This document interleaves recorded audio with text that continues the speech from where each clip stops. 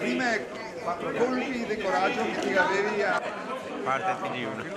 Questa è la Carla. Siamo in 10. La Cicoglia. Sorridi a chi? Questa è la prolunga per il braccio. Dovresti Dino. La prossima volta però ci pensi di dire che andiamo a fare play. A fine settembre no. Io col freddo. Guarda tia. E questo è scritto? No, presente. ok.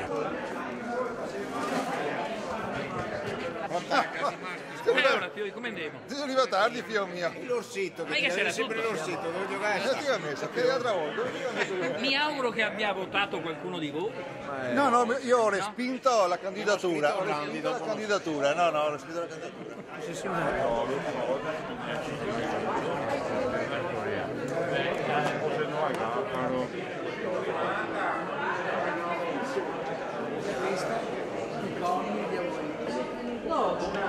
No, cosa è stato fatto? Ho messo di sì un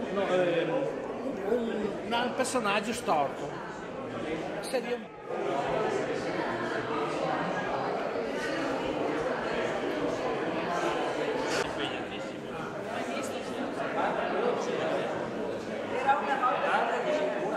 Secondo protagonista di questo bellissimo e originale evento, non un artigiano della ceramica ma un artista ceramico che è il nostro Ferruccio De Mori. Allora Ferruccio ci descriverà in questo percorso sintetico ma molto esemplificativo della sua formazione e crescita come artista. Partiamo appunto dai primi virgulti creativi delle sue opere create proprio qui ai Carni. Allora Ferruccio, ciao, ci presenti le tue opere dall'inizio della tua... Sì, allora queste sono opere fatte circa negli anni 60 e rappresentano, questa è un'anfora, diciamo, fatta tutta a lucignolo. Questo è un pannello, diciamo in bassorilievo che rappresenta l'osteria, il tema era sul vino. Questa invece è una piramide di animali fischianti, i famosi cookie che si richiamano alla tradizione nostra genovese.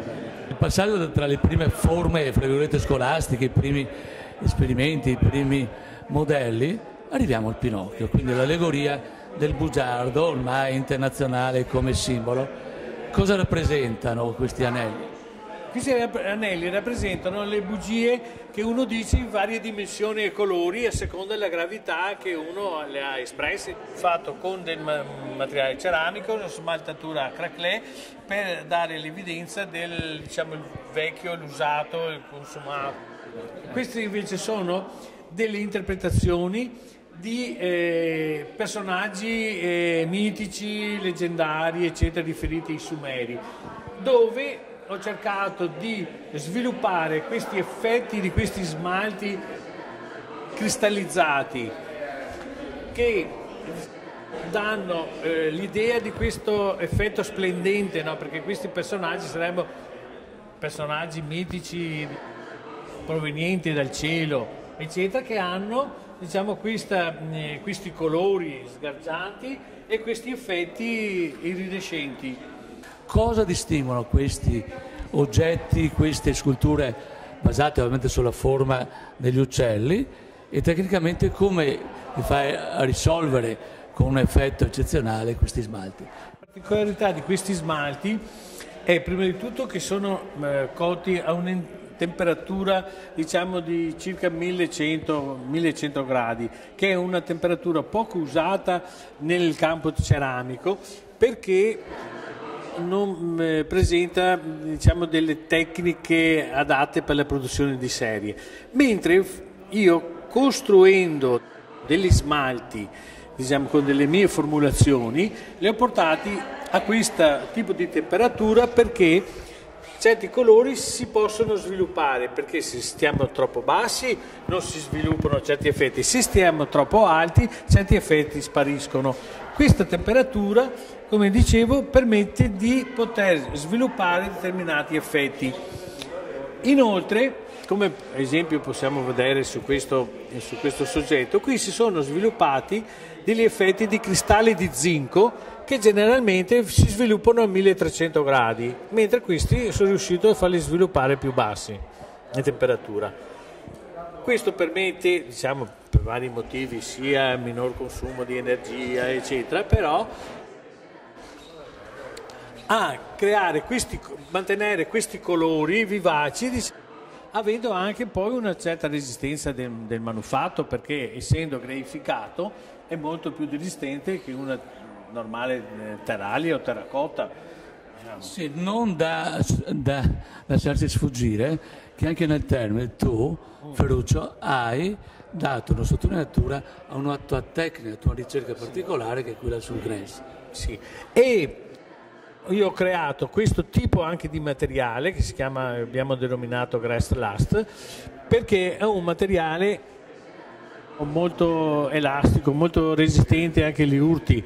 Infatti con questo abbiamo creato anche soluzioni per il design tipo lavelli, piani cucina, eccetera, per altri impieghi. Cioè, è stata doppia la realizzazione, diciamo, e l'utilizzo di questo materiale. Qui invece, come a livello di ispirazione artistica, riprendiamo sempre la famosa città sumera, che era chiamata la città degli uccelli perché diciamo, gli abitanti della Mesopotamia vedevano arrivare dal cielo questi personaggi, questi esseri volati, e era stata definita la città degli uccelli. Quindi se noi andiamo a guardare, esempio, nelle bassorilievi delle città della Mesopotamia, ci sono gli antichi, diciamo, personaggi che hanno le ali, hanno le ali, e anche ci sono certi diciamo, animali fantastici che sono alati, in ricordo probabilmente di queste antiche tradizioni, queste antiche divinità. Esatto, con altre forme. Cioè in realtà ai nostri tempi li avrebbero definiti UFO, cioè non sarebbero stati identificati. In occasione del Festival Biblico, che il tema era intitolato I volti della Bibbia, io ho voluto significare, contrariamente alle figure di santi, diciamo, di madonne, ho voluto significare anche la parte negativa di quello che è, diciamo, l'essere umano, e quindi creando delle figure che rappresentassero le due città del peccato, e ho utilizzato questa smaltatura bianca con effetto craquelé per simboleggiare anche queste figure che sono antiche. C'è il passaggio del tempo. Allora, è chiaro che è molto più definibile lo smalto bianco anche dal punto di vista fisionomenico, e quindi è chiaro non avrebbe reso, come che abbiamo visto presente agli uccelli, la caratteristica anche espressiva di questi personaggi, come dici tu, peccaminosi. Ecco, in questo personaggio, questa capigliatura più sobria, questa conciatura sembra quasi di un innocente. Sì, questa rappresenterebbe un koiros, sarebbero quei personaggi della Grecia che erano un po' effeminati. Cioè, quindi ti rifai non solo a una tradizione storica, ma soprattutto a un mito che nella storia è sempre eterno.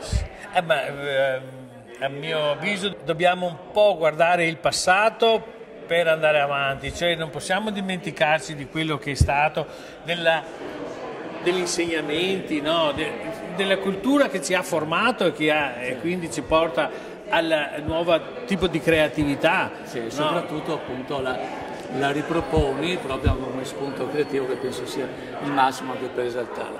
Ringraziamo ancora il nostro Ferruccio di dare come testimonia di quest'arte un tocco di classe alla nostra associazione. Grazie a tutti.